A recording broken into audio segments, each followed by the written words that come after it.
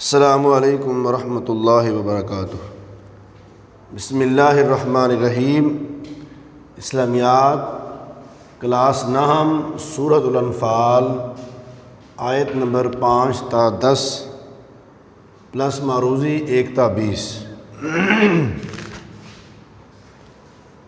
پیارے بچوں، سب سے پہلے ہم آیت نمبر 5 تا 10 کے الفاظ معنی دیکھتے ہیں۔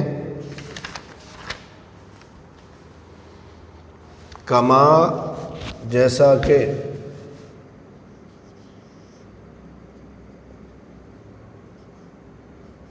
کما جس طرح، اخرجا کا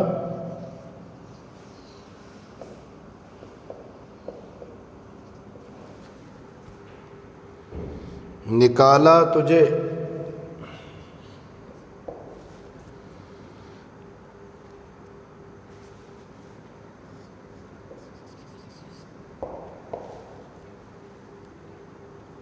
فریقاً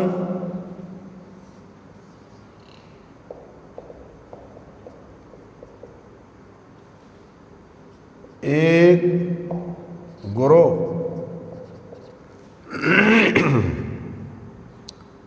لکارہون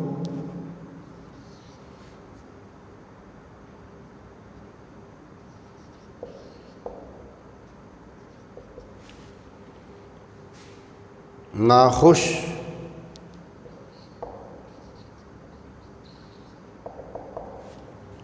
یجادلونک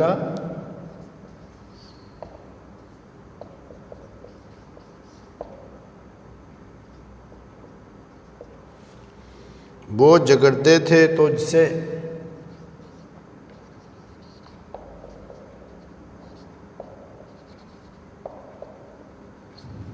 وہ جھگڑتے تھے تجھ سے،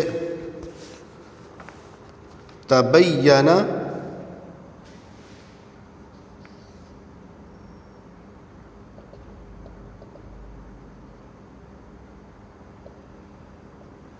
ظاہر ہو چکی تھی،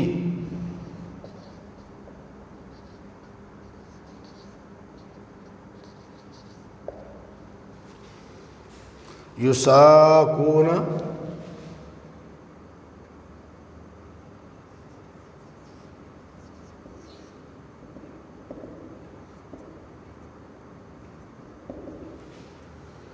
وہ دھکیلے جا رہے ہیں،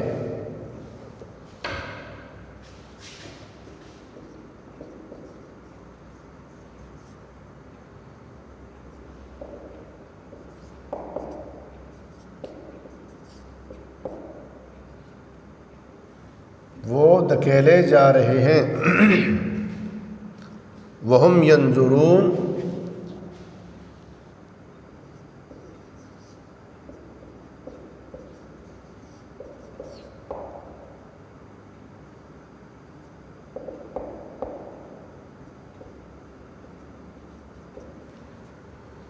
اور وہ دیکھ رہے ہیں،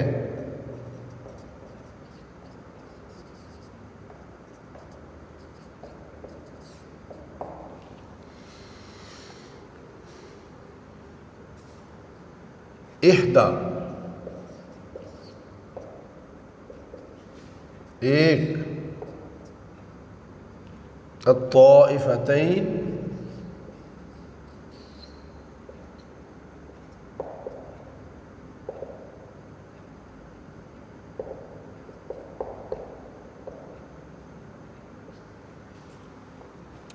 دو گروہ،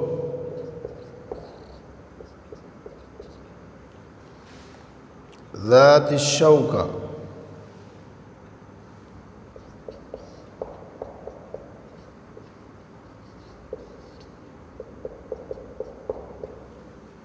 کانٹے والا،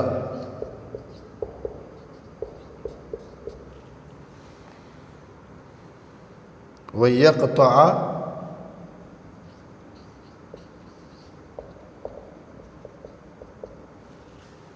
اور وہ کاٹے،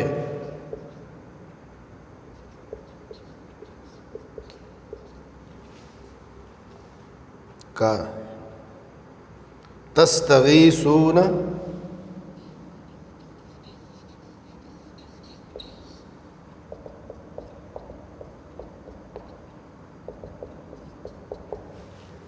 تم فریاد کرتے تھے۔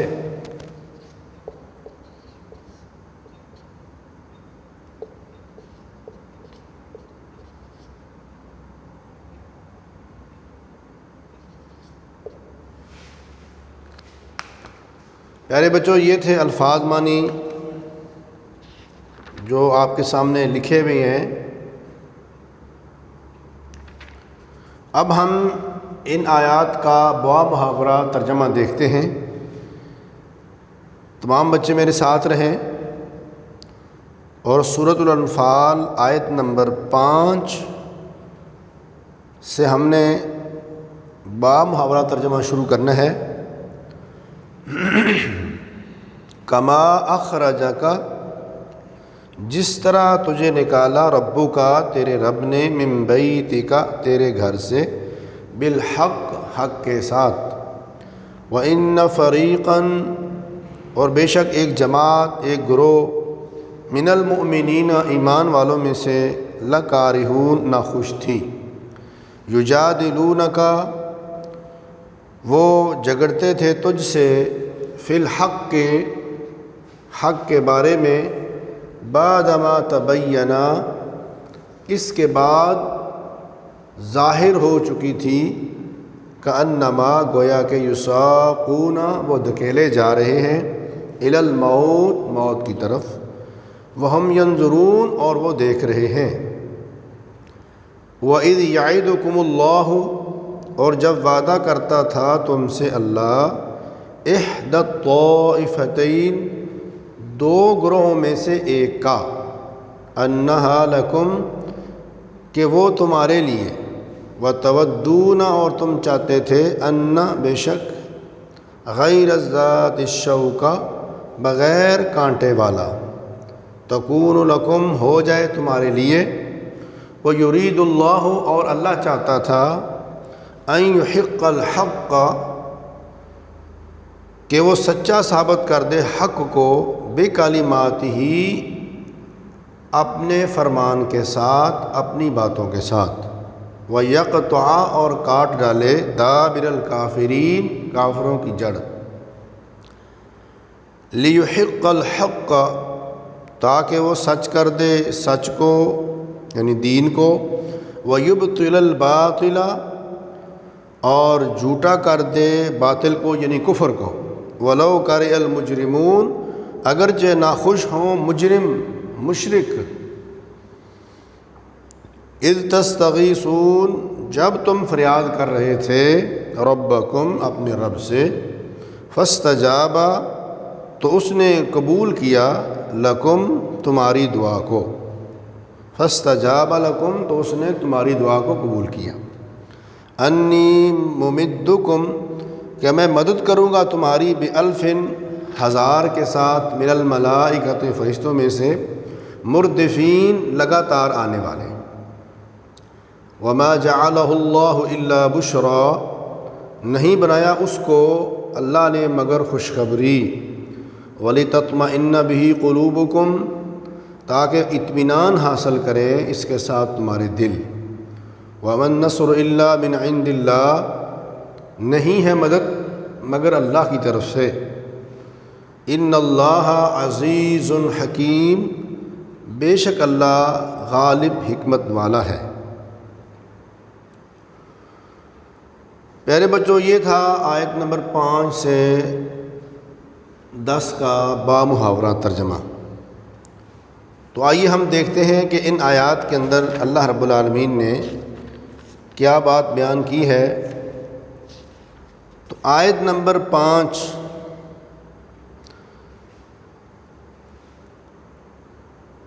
ان آیات مبارکہ میں غزوہ بدر کے موقع پر کچھ مسلمانوں کے دلی کیفیت بیان کی گئی ہے کہ جب اللہ تعالیٰ نے نبی کریم صلی اللہ علیہ وسلم کو اس لڑائی کا حکم دیا اور ابو سفیان کے تجارتی قافلے کی بجائے ابو جہل کے مسلح لشکر کو سامنے پایا تو ان میں لڑائی کے لیے ہچکچاہٹ پیدا ہوئی۔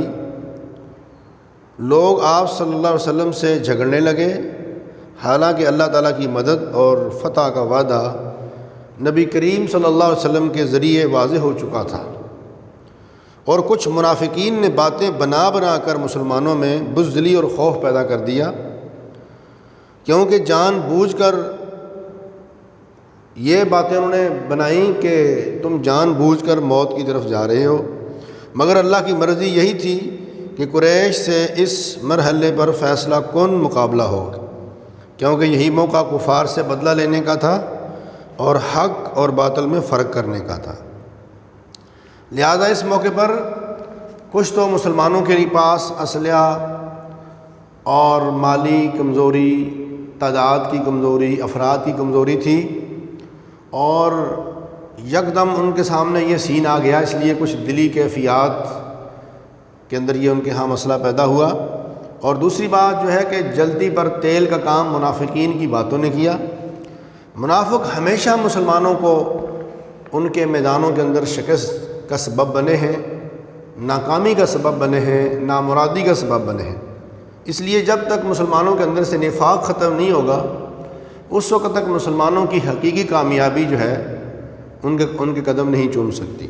تو اس لیے ان آیات کے اندر اللہ تعالیٰ نے یہ بات ذکر کی کہ ایک تو مسلمانوں کی کچھ، جب ان کو سین یکدم سامنے آ گیا لڑائی کا، حالانکہ مسلمان جو ہے وہ کیا چاہتے تھے، وہ شام سے آنے والا تجارتی قافلہ لوٹنا چاہتے تھے، اس کے ساتھ جنگ کرنا چاہتے تھے، مال غنیمت حاصل کرنا چاہتے تھے۔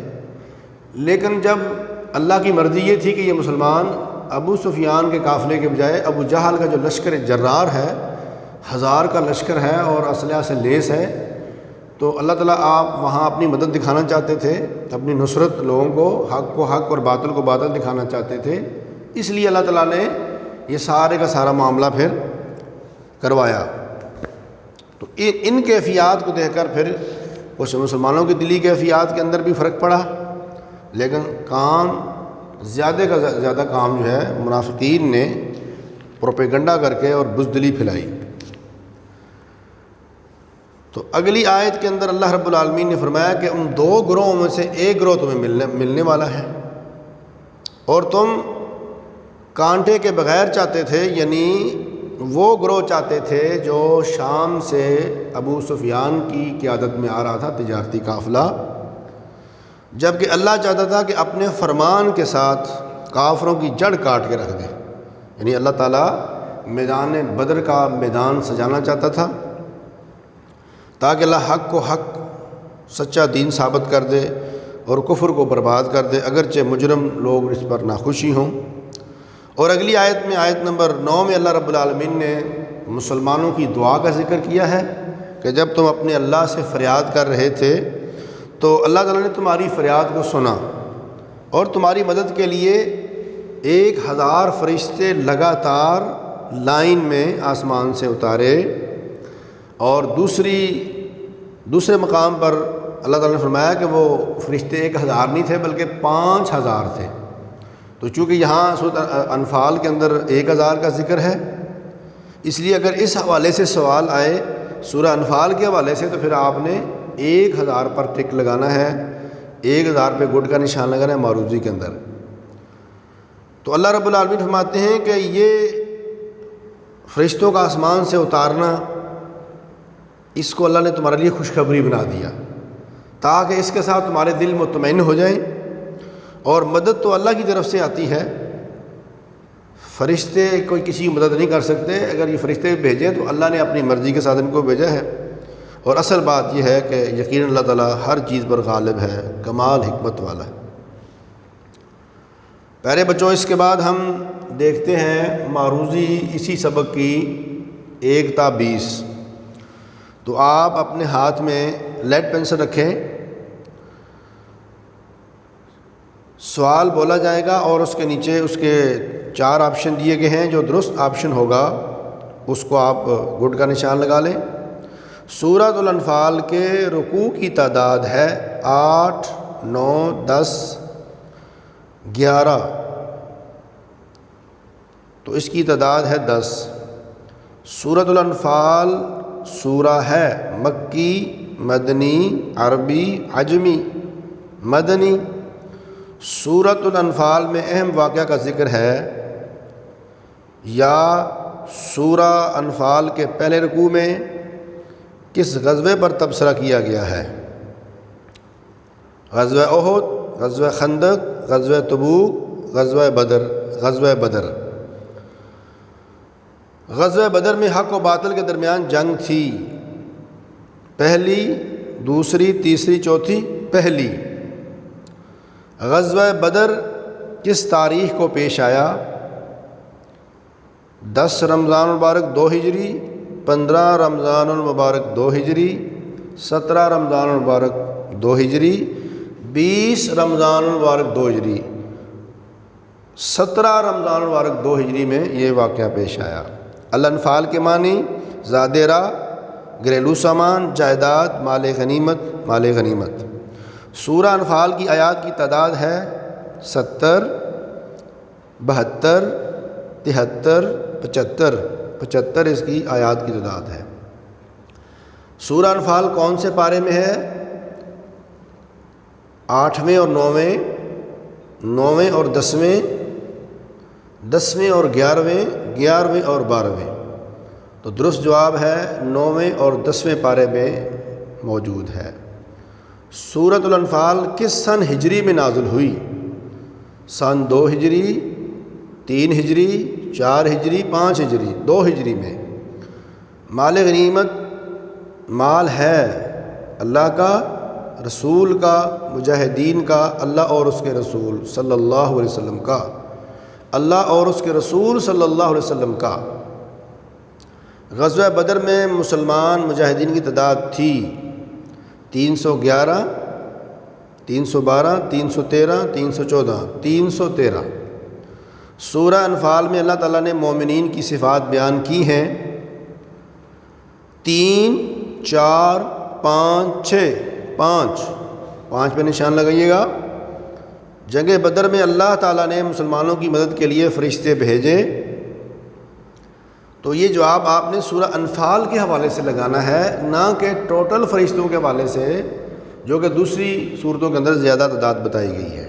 انفال میں جو ذکر ہے آپ نے وہ بتانا ہے 1000، 2000، 3000، 4000، 1000۔ مومن تو وہ ہیں کہ جب ان کے سامنے اللہ کا ذکر کیا جاتا ہے سجدے میں گر پڑتے ہیں، نماز قائم کرتے ہیں، ان کا جسم کانپ اٹھتا ہے، ان کے دل ڈر جاتے ہیں، ان کے دل ڈر جاتے ہیں۔ اب یہ قرآن مجید کی جو آیات ہیں ان کے اندر سے یہ معروضی بنائی جاتی ہے۔ آیت کا ترجمہ صحیح طریقے سے یاد کرے با محاورہ، اور اس طریقے سے معروضی الفاظ معنی کی بھی ہوتی ہے، الفاظ معنی بھی صحیح طریقے سے یاد کیجئے گا تو پھر انشاءاللہ آپ کے مسئلے خود بخود حل ہو جائیں گے۔ اللہ سے ڈرو اور آپس میں رکھو صلح، میل ملاپ، رابطہ، اتحاد، صلح۔ جب مومنوں کو اس کی آیات پڑھ کر سنائی جاتی ہیں تو بڑھ جاتا ہے ان کا مال، ان کا حوصلہ، ان کا جذبہ، ان کا ایمان، ان کا ایمان۔ سچے مومن وہ ہیں جو رب پر بھروسہ رکھتے ہیں، نماز قائم کرتے ہیں، مال نیک کاموں میں خرچ کرتے ہیں۔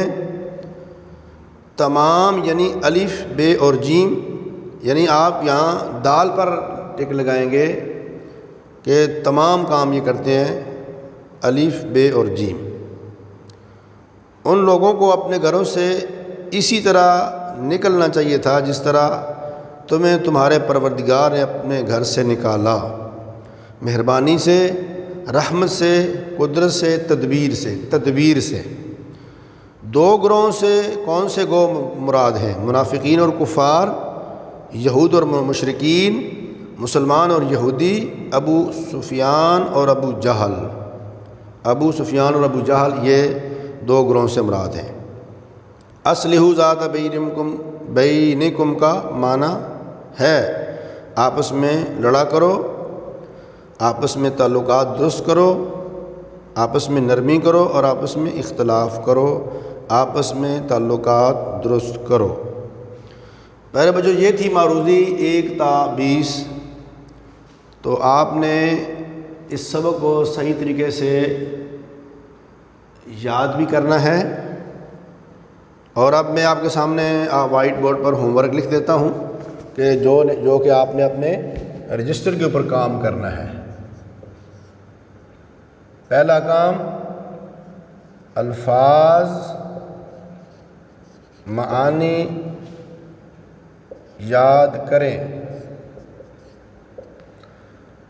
دوسرا کام با محاورہ ترجمہ یاد کریں۔ تیسرا کام معروضی یاد کریں۔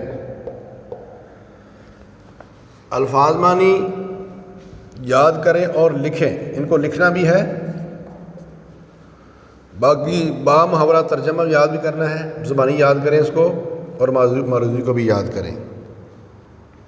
پچھلے سبق کے اندر ہم نے گرامر کے حوالے سے ایک بات پڑھی تھی، یاد کی تھی، تو بنیادی طور پر یہ بات یاد رکھیں کہ ضمیروں کی 3 قسمیں ہیں۔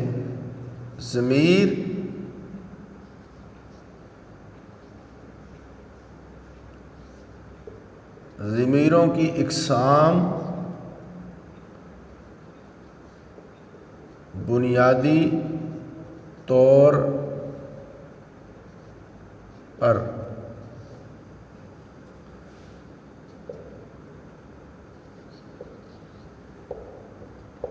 غائب ضمیر یا تو غائب ہوگی یا حاضر یا متکلم۔